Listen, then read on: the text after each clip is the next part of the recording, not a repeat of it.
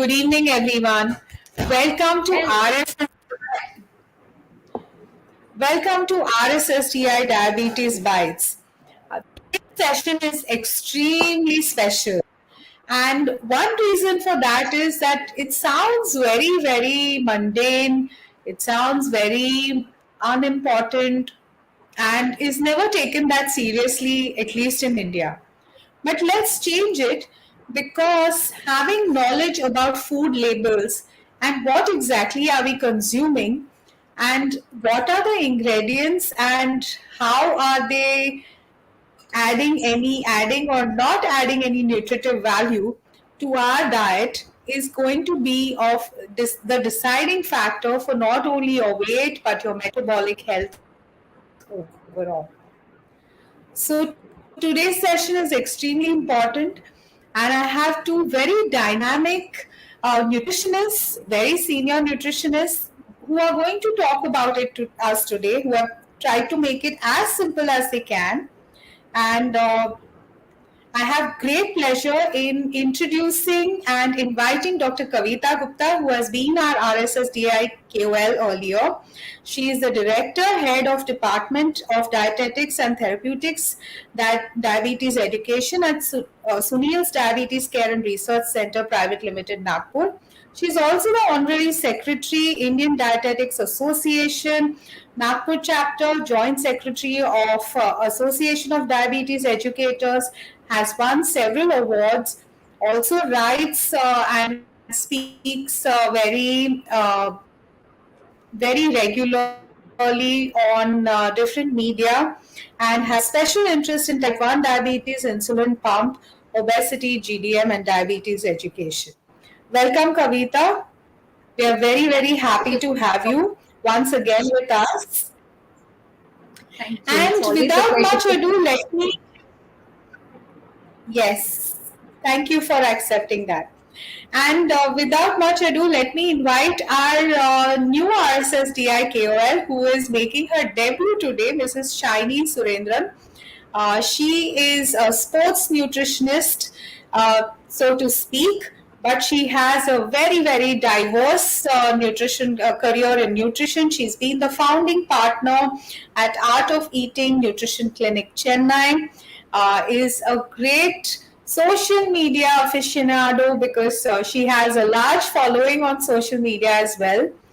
She's also completed her FODMAP training with Monash University, Australia, certified in dietary management of IBD or inflammatory bowel disease, has done several other training courses internationally and nationally, and to begin with, she's a master's in food service management from Women's Christian College, Chennai. So without much ado, let me hand it over to them to make this session really live and interesting for us. Welcome, Shai. Thank you, Dr. Purvi, for the kind introduction, and really thrilled to be a debut speaker here. I'm so happy to meet our friend Dr. Kavita here. Good evening, both of you. Yes. Hi, good morning. Yes. Yeah. So here, the main thing that I would want to definitely ask you, Dr. Kavita, is what do you think about the food label scenario here in India? So, first of all, again, my gratitude to RSSDI. So, actually, they've taken up a very important topic today, to discuss, especially with the masses that, and, when we talk about India, especially, I just, I was just browsing and I just, came across a paper, and which told me, and that was very surprising results. So only 80, I mean to say 80 to 90% of the people just read the manufacturing date and the expiry date and even the price. So that's really surprising, and only 20% of them actually read the nutrition information. So that's really surprising. And I happen to ask few of my patients as well, that do you really read food labels? And few of my colleagues, and they said no, we hardly read food labels. In fact, we feel that reading food labels is a Herculean task. That small label, we are not able to understand what all it has. So I would say, Shiny, would you be able to simplify how to read these food labels, because there are a lot of information on that, and the people are really confused what to take in and what not to. Okay, okay. Yeah, absolutely. I totally agree with you. And it's amazing that RSSDI has chosen this topic. The entire committee has chosen this topic on diabetes bites. And we are really happy and privileged to be here to actually disseminate or rather discuss this information, but in very simple terms. And may I request the team to show this slide, please, because it will be a lot more easier to show the image Yeah, and then the tech explain it. team. Yeah, the tech team, kindly could you share this slide? And most often, Dr. Kavita, as you had mentioned, I there are request so you many. first to just continue with the discussion. We are trying to share the slides. Give us a Sure, couple of minutes. sure. Because I think a lot of consumers, when they walk into a supermarket or else to buy anything from a grocery store, as you had mentioned, they look at the date of manufacture, or if it's like, say, a batter. And if it's a wet batter, like say idli or dosa, whatever, it's like best before date is there. Or even if it's a packet of bread, they would largely just look at that and pick it up, and then they'll go home and say, I need to finish this within the next 3 days, right? That's where it stops. But then when they look at a pack, they really don't know. There's just too much of information there. Class 2 preservatives, emulsifiers, and then also one of the most important or the simplest thing that we always teach our clients, I'm sure even you do it in Nagpur, I'm based in Chennai. First thing is that they need to understand that the label, what was written there, the first three ingredients which are written there is in large quantities or in higher concentration. So if you see wheat and then say sugar and then say some salt, so it's like 1 2 3, and that too it is in that concentration, so it's in a descending order that it is mentioned. And most clients are able to interpret that much easier. Then they know like whether this has any kind of allergens, and then they're able to make the right choices. So one is that. Next thing, of course, is the packet right on top will be mentioned the calories and also the number of serving sizes. So if a serving of, say, for instance, a cornflakes, or else if it's like a crispy snack, it's around say 30 grams, but then the pack might have say 3 servings. But then the what is mentioned there is just for one serving, and below that will be mentioned this pack has 3 servings or 5 servings. So you just need to multiply. But most often, what happens is when you see a 30 calorie written there, or else say 50 calories, then you think that entire packet is just 50 calories. And I think that's when a lot of people end up miscalculating, right? That's one. Next is, of course, Right. what you must see is the fat. For all the friends who are here who have joined us today, it'll be great if we can definitely look for fats. If it is mentioned as partially hydrogenated or else trans fats, kindly avoid it, because this is nothing but your vanaspati, and this is what actually triggers a lot of risk factor for diabetes as well as cardiovascular disease, and it's definitely not healthy. And if you're looking at fiber, make sure that you're picking up a product which has at least 1 gram of fiber, and that will really make a big difference. And do look for the salt and the sugar, because you definitely have to calculate the amount of salt and sugar that's consumed throughout the day, especially if there is diabetes coupled along with blood pressure or any other complications. I think that's very, very crucial. And Dr. Kavita, what I also wanted to discuss with you today, or rather ask you, is there are so many products which says low sugar, sugar free, cholesterol free. What are your comments on that?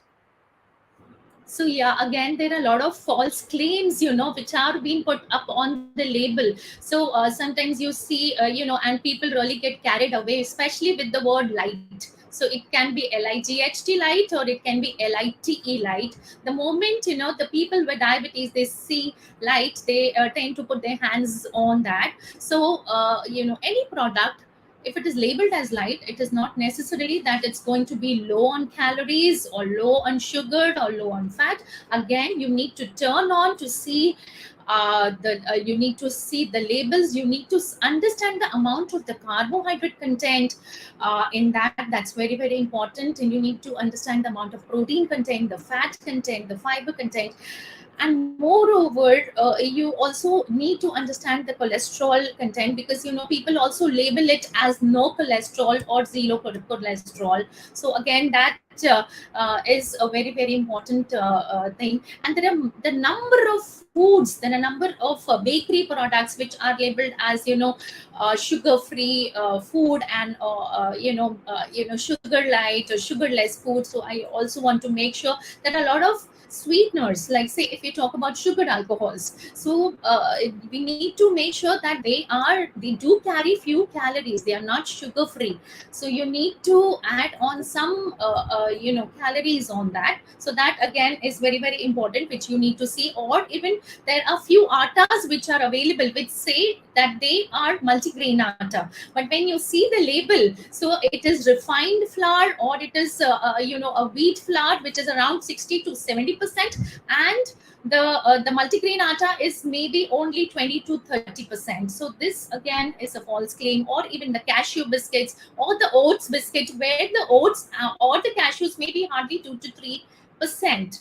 So this again we need to see on all the ingredients, and specifically we need to see the first three ingredients where the list of ingredients are mentioned, because that are the three main ingredients which are the major ingredients which are used in that particular product. So that's how we will come to know that if it is the wheat flour more in content, or whether it's the sugar or the salt. So this is something what we need to emphasize when we are reading on the list of the ingredients. So I think yes, we have the slides, and can we have full screen? Yes, and can you also show the next slide, please? I think that'll be great. And Dr. Kavita, absolutely agree with you as to Yeah. how you had highlighted, like say a cashew biscuit. It's not that it has so much of cashew, and it's the same that goes with even these fruit juices that you get in Tetra packs, right? Which are great. In fact, it's very convenient if you're traveling somewhere, but definitely not for a person with diabetes. But I'm just talking about someone like say children, or else if someone is just doesn't have any other complications. But in the cases, there could be processed in a juices along with a lot of sugar syrup added to it. It's not 100% fruit juice at all. And sugar comes in various names. And that's the biggest issue, right? When sugar comes in various names like invert syrup, agave, maple syrup, or fruit juice concentrate, that's what is written. So do Apple not juice get corn carried syrup, away by this. yes. Yes, this is very important. Will you be able to expand the slide? Dr. Purvi, may I have your help? Full screen. Is it possible to show this as a Choose full this screen? full screen. Okay, so for all those who are here, the first thing that you get to see on the label, if you take any food label, it will show nutrition facts, and you will see that the number of servings is mentioned, and then the serving size. So how many grams is there? So say for instance 30 grams or 50 grams, and then look at what is written on top. So the number of servings, so multiply that, which means the entire packet has that many servings. And right below that, what you notice is the calories mentioned. Okay, so this is very crucial, so that if you understand how many calories you're allowed for an entire day, say for instance 1800 calories, then the 230 calories are coming from this. So if you're going to consume half a packet of this or else a full packet, you just have to calculate this and include it. Okay, that's also very very crucial. Next is of course understanding the carbohydrate, because as Dr. Kavita had mentioned, that there are products which will claim to be sugar free. Okay, they might have removed the carbohydrates in it, but then they might add something else to bring in taste and flavor. So it's very tricky. You really have to understand this. I would actually request whoever you are, whichever city you are in, kindly meet with a qualified clinical dietitian and understand how to interpret this. Just like how you drive a car, ride a bike, or else know how to swim, this is a very important life skill. And going back to the label, another factor that I get to see is of course the amount of sugar which is there, the cholesterol which is there. So fat, again, 2 to 3 grams, not more than that. So keep that as a cutoff, and make sure that you also see the bottom. If you look at the bottom, it says DV, that is the daily intake. So if you are supposed to eat like say 1800 calories, this actually tries to say that this packet of this particular product will fulfill this many percentage, say 10% or 20% of your calcium requirement or your energy requirement. Okay, that's what DV means. But usually DV or daily value of the total calorie requirement is based on a 2000 calorie diet. So if you are someone who requires 1200 or 1500, you will just have to do a little math and adjust it. Or if you require say 2300 or 2500, you might just have to step it up.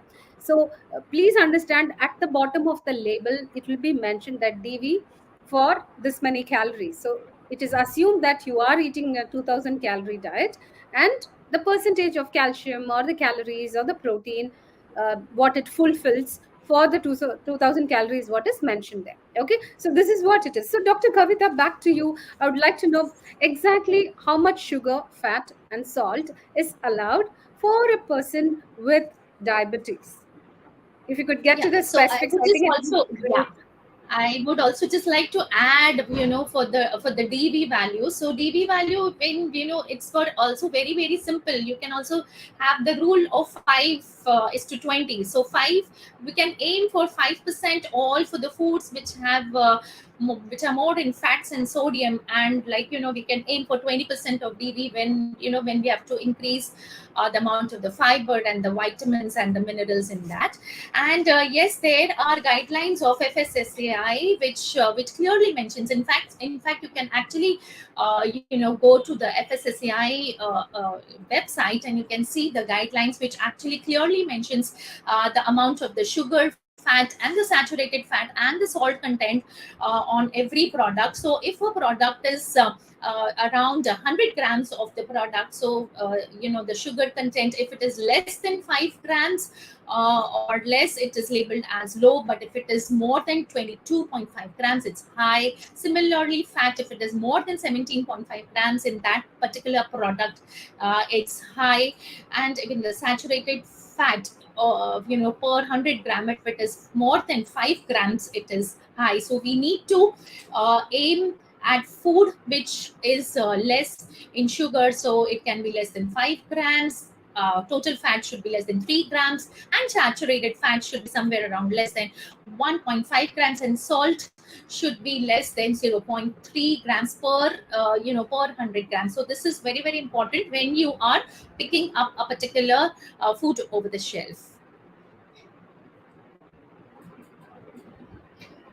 And as Shiny is very rightly said, that Shiny, you're Organic or muted, yeah. natural? Dr. Kavita, yeah, organic or natural? What are your comments on that? Because market is flooded with such products.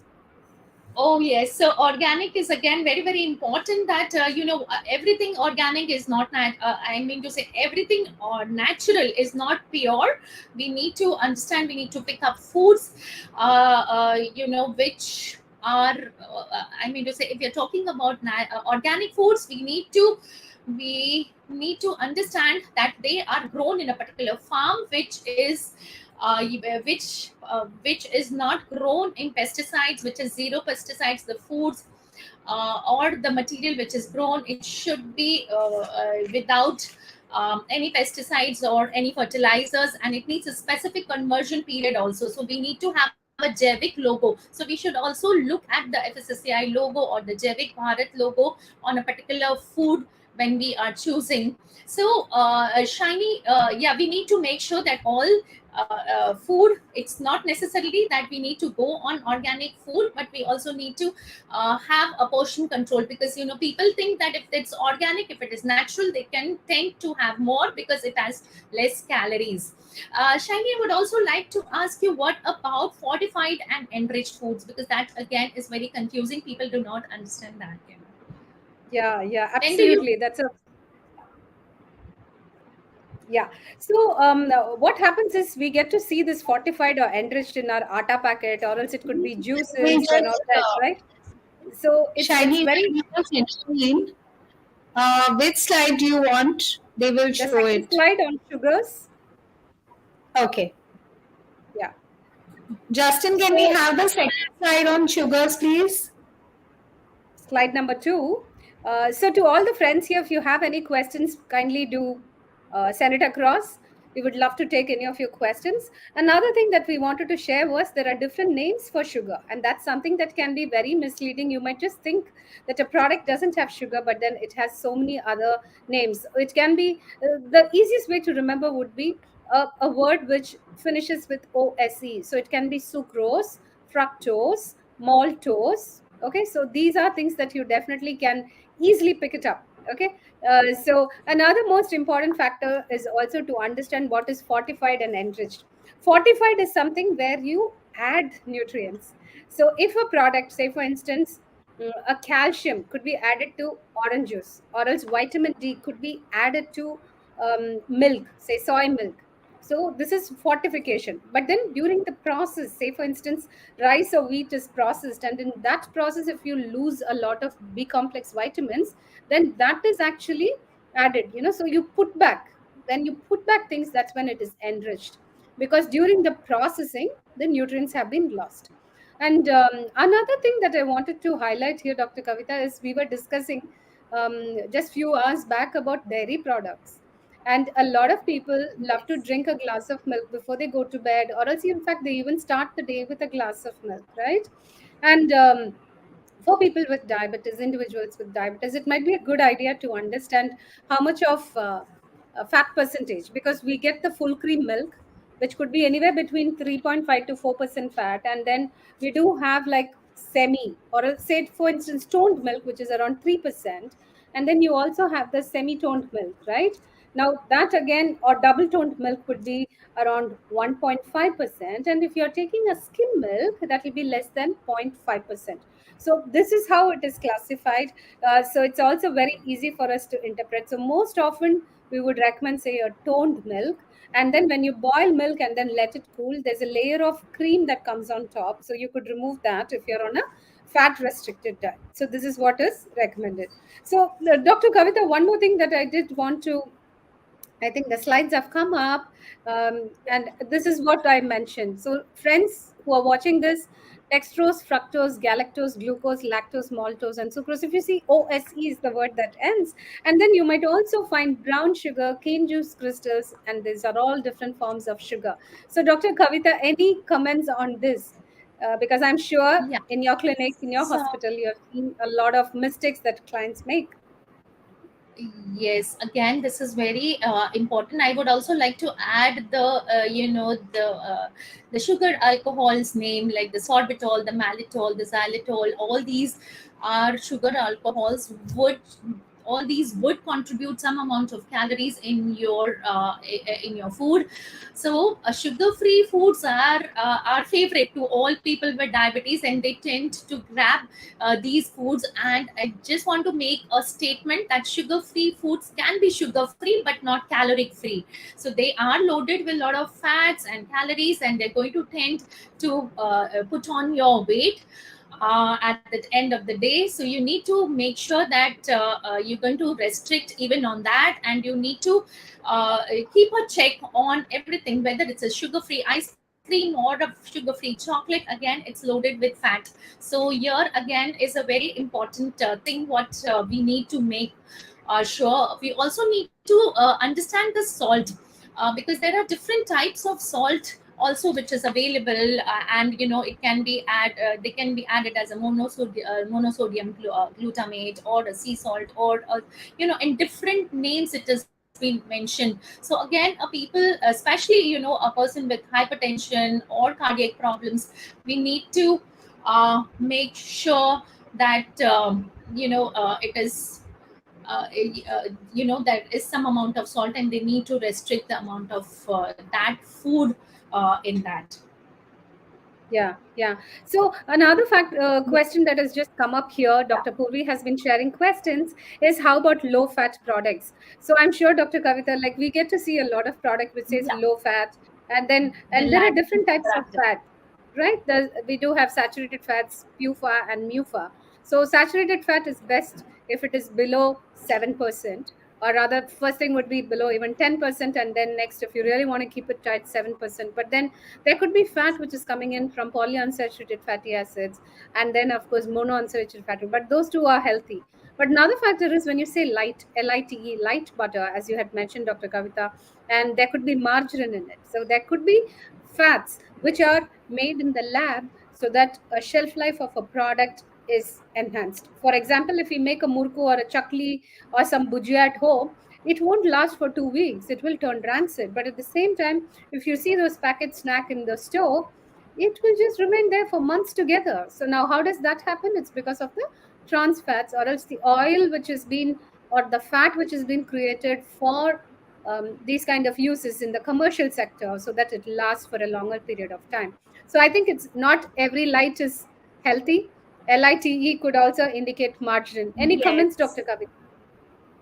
Yes, yes. So we should not carried away with the word light. In fact, there are a number of chudas which are available over the shelf, and they say it is low fat, and it is baked. It's not fried. So, but I happen to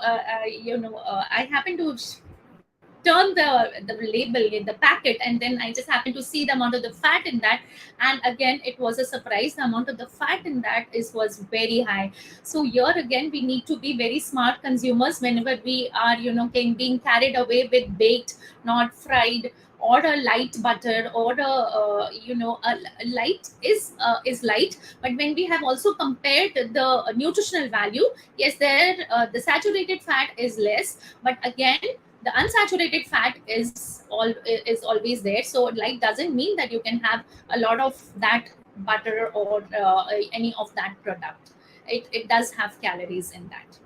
So Yeah, there's absolutely. also a good question for you, Shiny. Are protein supplements safe? So as you deal with a lot of sports persons, so again this would be a very common question which you must be coming across. Are they Yes, safe with yes, sugar? Dr. Kavita, you're right. Yeah, so what happens is, as long as you're not overdoing artificial sweeteners, it is still fine. Okay, because the calories are low, yes, but if you can get unflavored protein, the good news is we do have unflavored whey protein these days available, and also plant protein, which is totally unflavored, which can be mixed with buttermilk or else soups, and it really steps up the protein intake. And protein is actually very, very helpful for individuals with diabetes, and this is something that can be taken. So you do have an option of taking protein supplements without any of these flavors, and that blends very well. So even if you're taking a cup of curd, you can just add a scoop of unflavored protein to it, and that protein is going to be truly helpful to increase muscle. So the more muscle you have, and if you're also exercising and all that, you'll be able to reduce fat percentage much faster, and that's like really, really good. So Dr. Kavita, there's a question here. Moving on, and there is a research claiming that a particular soft drink has carcinogen. So, is there something that you might want to add, Dr. Kavita? Because there's been a lot of discussion about artificial sweeteners. Which one is safe? Which sweetener can be used for a So person with actually there are a diabetes? number of, yeah, there's number of artificial sweeteners that has been approved by FDA, and usually it's the stevia which is considered as grass food, which can be safe and can be taken. But every artificial sweetener has an acceptable daily intake.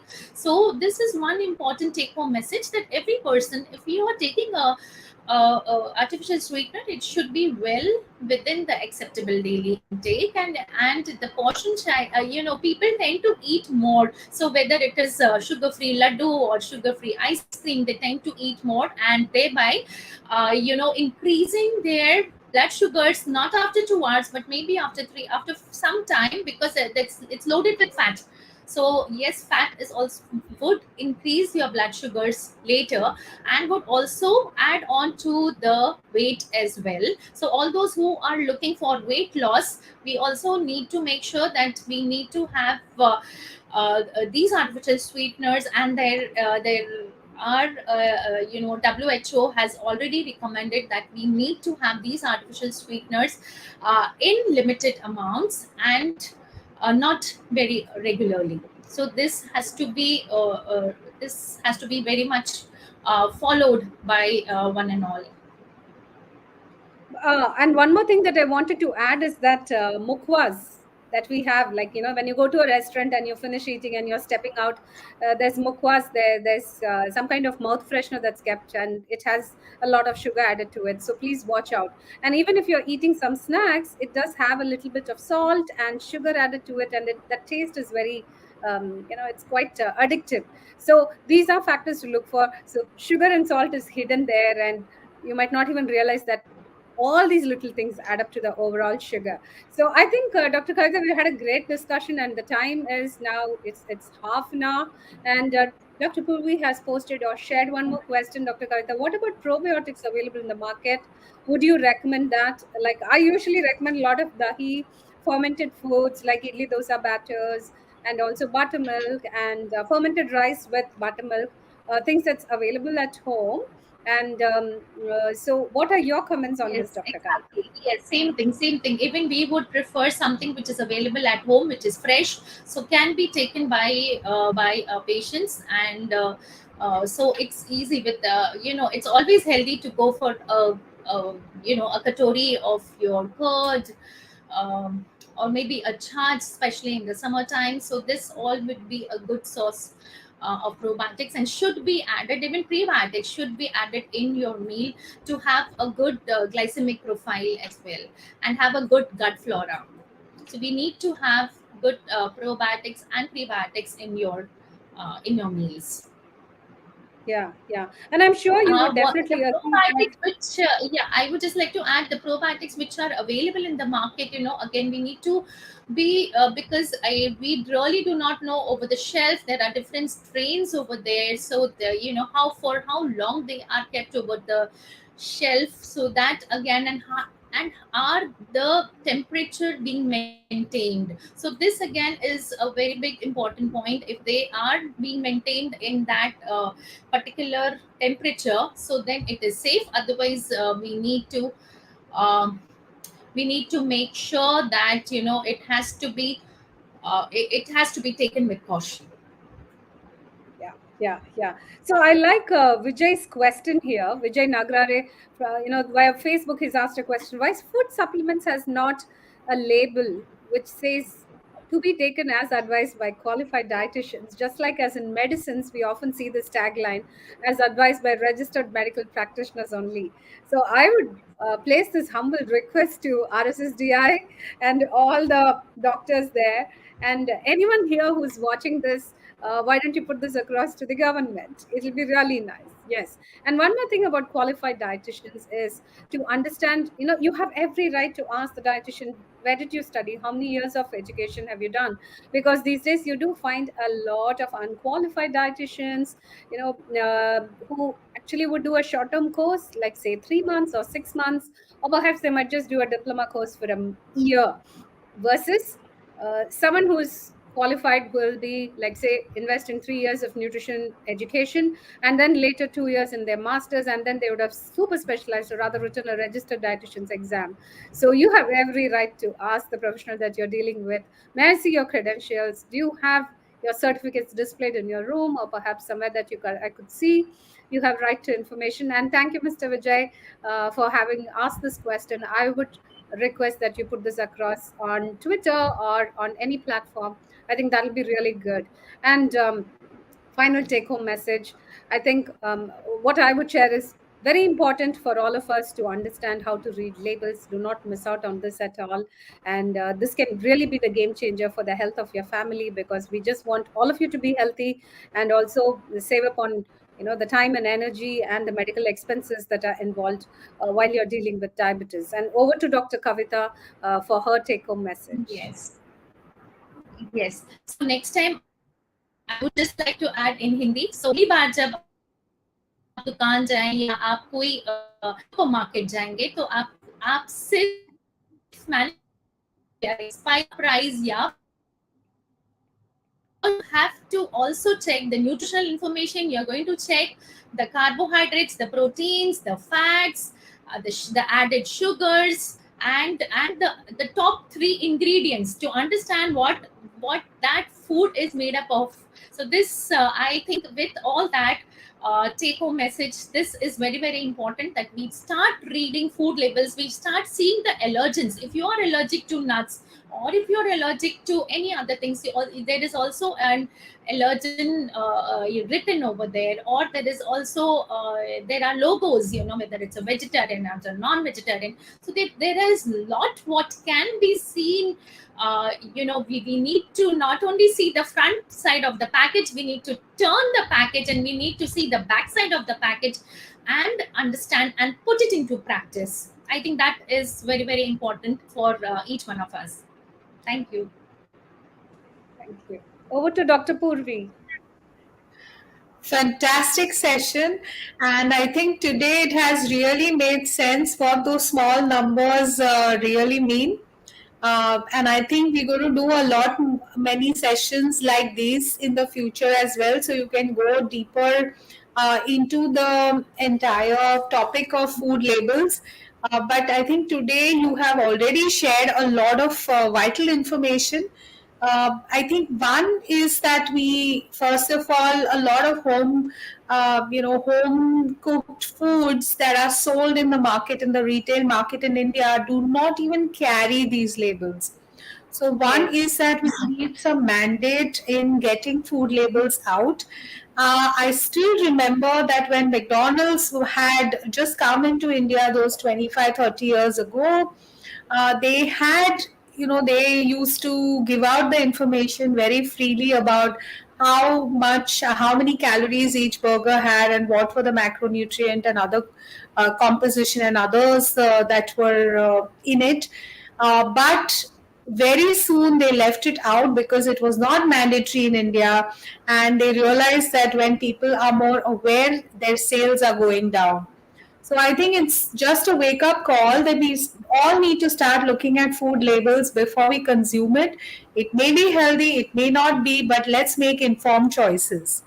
So I thank you both on behalf of RSSDI, our President, Dr. Brij Makar sir, our Secretariat, Dr. Sanjay Agrawal sir, our entire executive committee, and of course the social media team.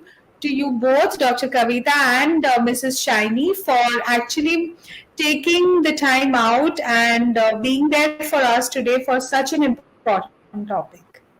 Thank you so much. Pleasure. Pleasure being here. Thank Thank you, you Dr. so much. Yes, and thank you, Dr. Makkar sir and Dr.